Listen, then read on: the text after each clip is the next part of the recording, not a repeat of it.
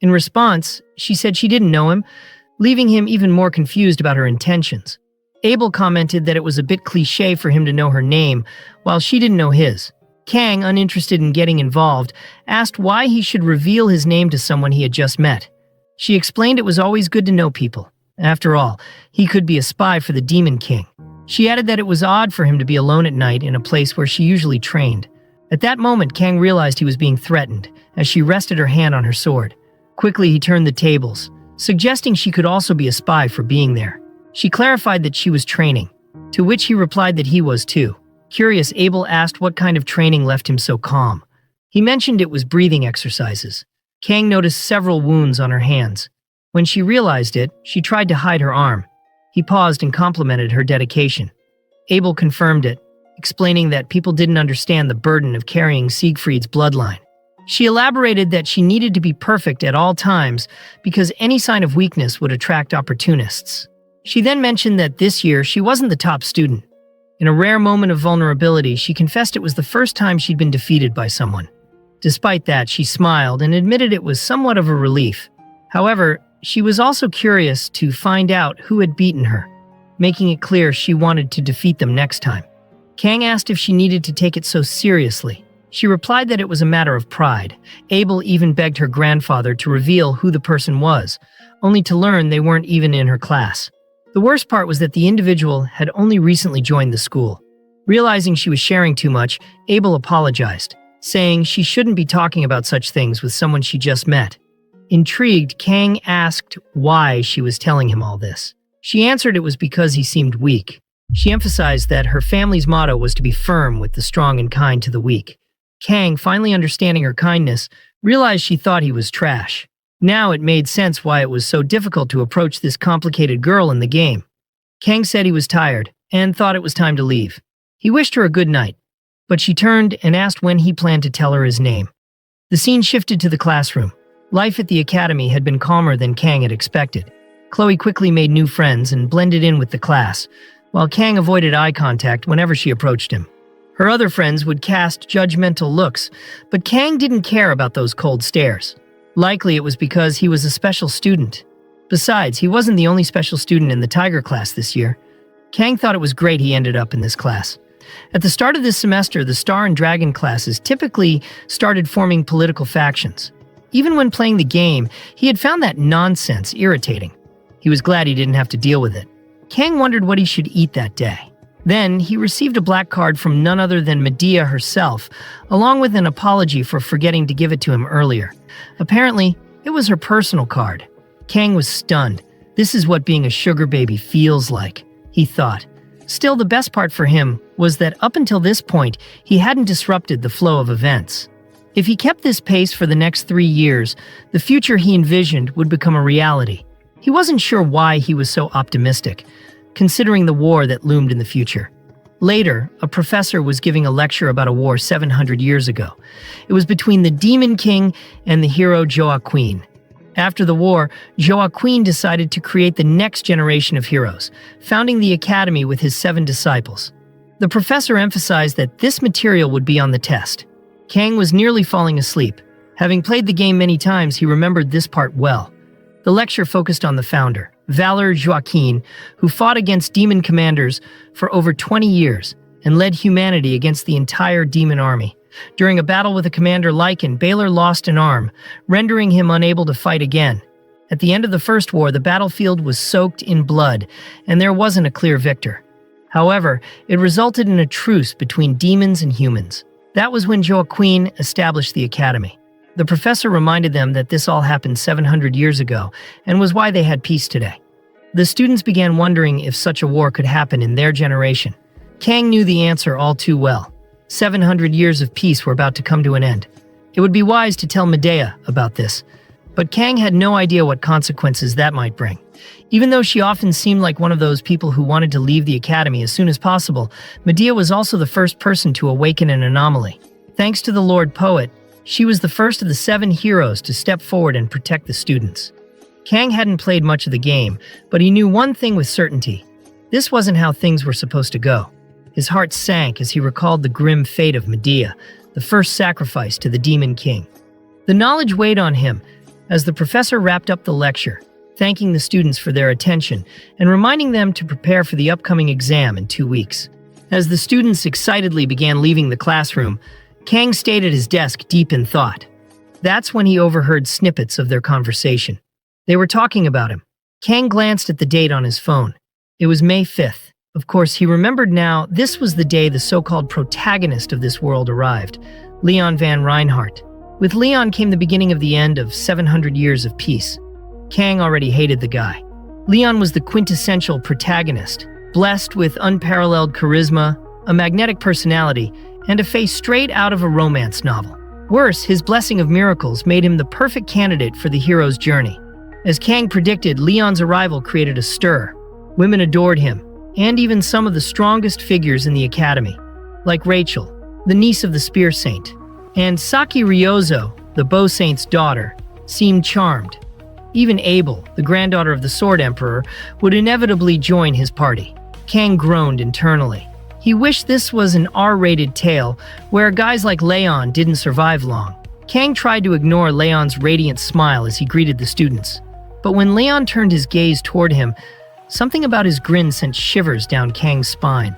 Still, Kang reminded himself of one thing. The protagonist was supposed to handle everything. With that, Kang returned to his own training. In the training hall, Kang focused on swinging his sword. The longer blade meant his blessing of the sword god wouldn't activate, allowing him to practice without interference. Despite his disdain for the system's curse-like blessing, he was determined to master the basics of swordsmanship. Earlier, Chloe had approached him with an apologetic look, asking if she had done something wrong. Kang had to work hard to stay composed. She promised to make it up to him with another dinner. But the memory of her wielding a blade, her expression pleading while the sword radiated murderous intent haunted him. When she glowed and begged for forgiveness, Kang couldn't help but imagine waking up in a fridge sliced into pieces. Instead of agreeing to dinner, he asked if she could do him a favor, teach him swordsmanship. Chloe had blushed, visibly confused but flattered. She agreed without hesitation. Now, as Chloe arrived at the training hall earlier than agreed, Kang was prepared. He had been watching videos on surviving yandere. Chloe, cheerful as ever, questioned why he was late. Kang corrected her, pointing out that she was the one who had come early. Chloe just smiled innocently. Kang stared at her toned abs, thinking that she's very strong and cute. Kang handed her a wooden sword. She tilted her head in confusion, asking why they weren't using real weapons. Kang's heart sank. Who trains with a real sword? He explained the need to avoid injury, and she responded sweetly, praising his kindness. The moment Chloe gripped the wooden sword, she swung it effortlessly, creating sharp whooshing sounds in the air. Kang's confidence wavered. The way she cut through the air with precision made him break into a cold sweat. As they began sparring, Kang quickly realized how outmatched he was. Chloe's strikes were terrifyingly accurate, her movements faster with each attack. Kang managed to block some strikes, but her power left him trembling. One particularly strong blow shattered his wooden sword. Before they could react, Kang's broken sword activated the blessing of the sword god.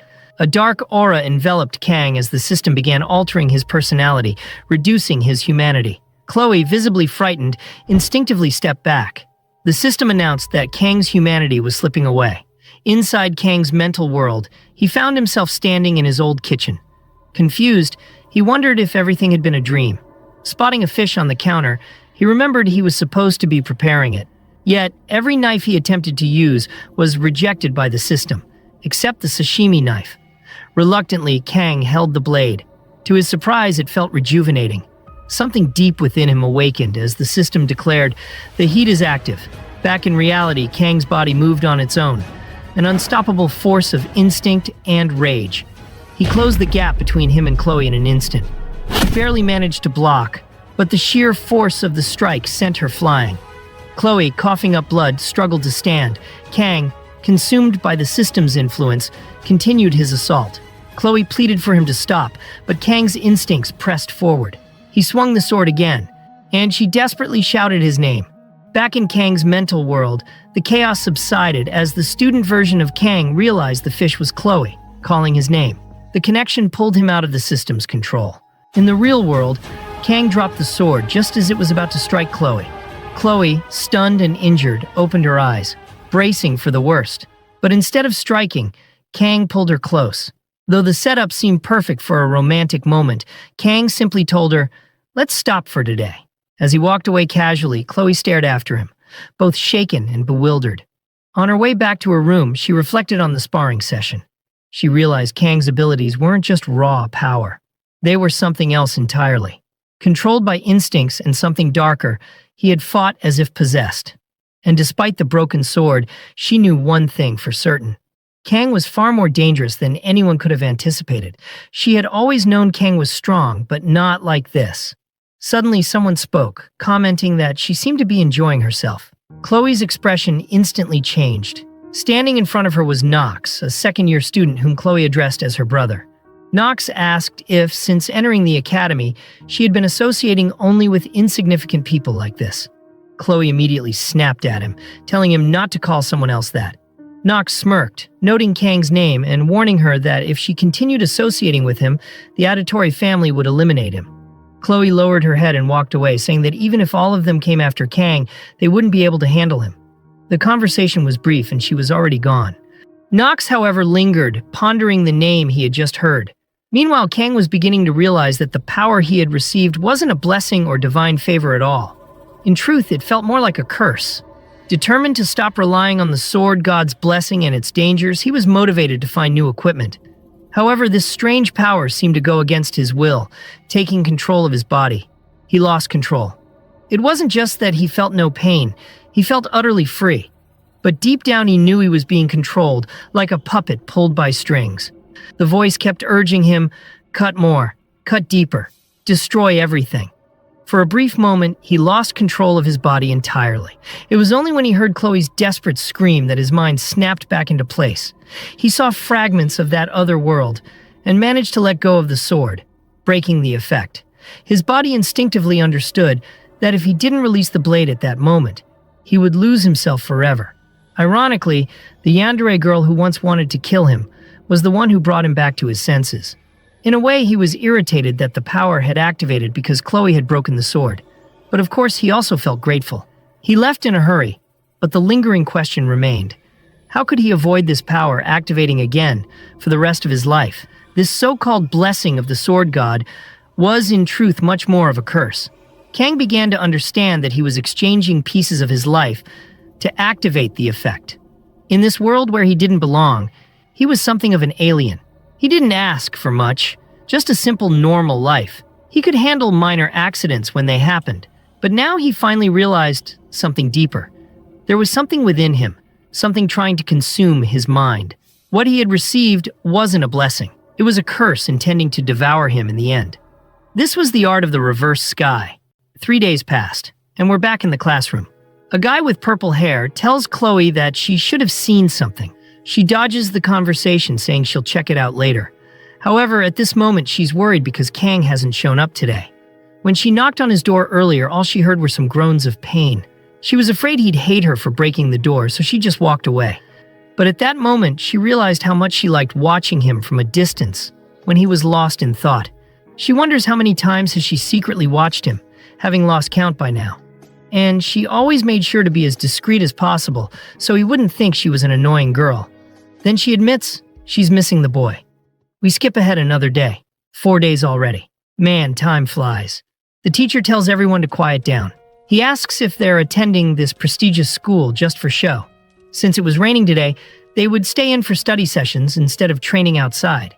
However, the teacher is constantly noticing Kang Geonma's absence, but he trusts the boy and will patiently wait for him. He then tells everyone to start studying. A while later, the teacher hears someone arriving and asks, "Who's the bold soul that dared to show up late?" But then he's startled. A figure was approaching. Chloe calls out to him and asks what's going on. Wait a second. Where's our kind-hearted Kang Geonma? The boy turned into a bad boy. The girls are all over it. The teacher tells them not to worry and to take their seats. Everyone's wondering if he's really the same special admission student from before. He looks so different now. Someone even comments that he looks more handsome. I told you they love the bad boys. Kang sits in his chair with a face that screams he hates the world. A while later, class ends, and everyone heads to the cafeteria for lunch. Chloe goes to talk to our boy and asks him what's going on. She wants to know what happened, but he just says it's nothing serious. She mentions that he was absent for a while and she was worried. Did it have something to do with that duel? He turns to her all glowing and says he was just a bit sick, but thanks her for worrying about him. The girl's heart is stirred. She is a little flustered and says she's relieved to hear that. Our boy knows she probably doesn't believe his excuse. In truth, what he'd been through over the past 3 days was a kind of extreme withdrawal. He was mentally drained and couldn't even leave his room to eat. He was stuck in bed, begging for the convulsions to stop. This time he suffered far worse pain than before, a price for using that broken weapon. But that wasn't the only thing that happened.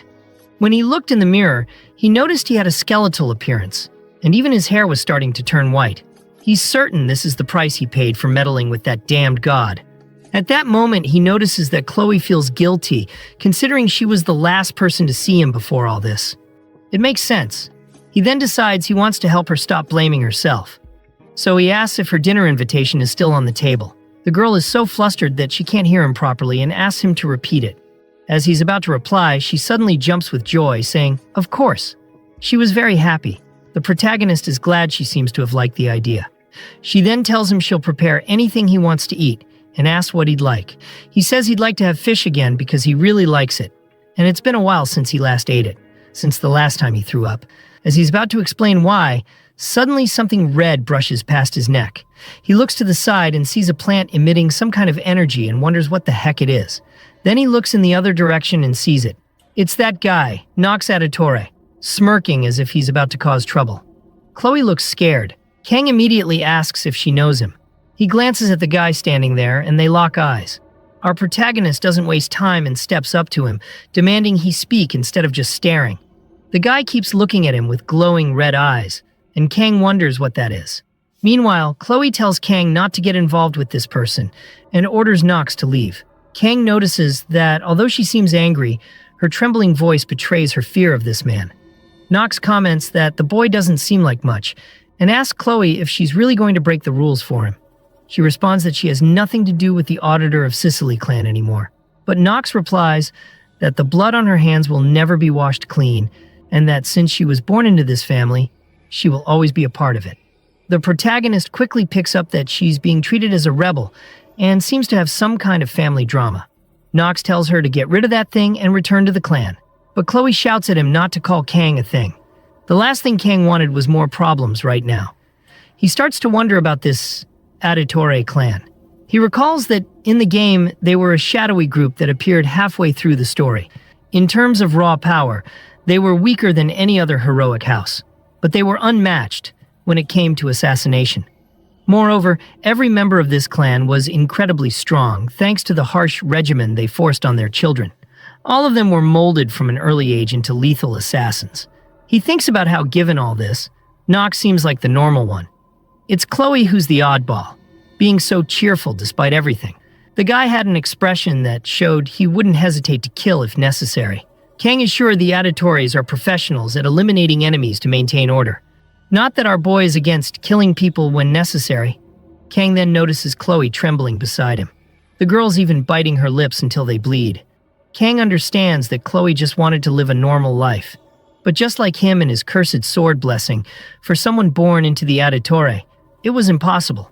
She was destined to live a life of senseless killing. However, he's no hero. He doesn't aspire to be one and never will. Still, just because he can't save the world, doesn't mean he can't save a single life. He then asks himself why he's doing this. He decides to protect Chloe and resolve this issue with Nox. Even if his power is a curse, he won't let it turn him into a weakling. He asks if the guy's name is Nox, recalling his futile attempts to escape his damn blessing. As people always say, there's no paradise for those who try to run. Since escaping was impossible anyway, he decided to move forward. Jiom meant sword, and Ma meant demon. With a name like Sword Demon, his family's clearly thriving emotionally. He tells Nox that now he's going to cut him down. In another room at the academy, the teacher is deep in thought. He knows something happened to their dear Jeom Ma, but the boy's expression was completely emotionless. Just then, another girl enters the room and teases him, saying that with such a grumpy face, he's going to go bald. He snaps at her not to talk about baldness, and she apologizes. At that moment, he gets a call and looks alarmed as he asks, "What's going on?" He demands to know what this subspace business is and which cadets are trying to get involved in the confrontation. Then he learns it's a clash between Kang Geom-ma and Nox Editore.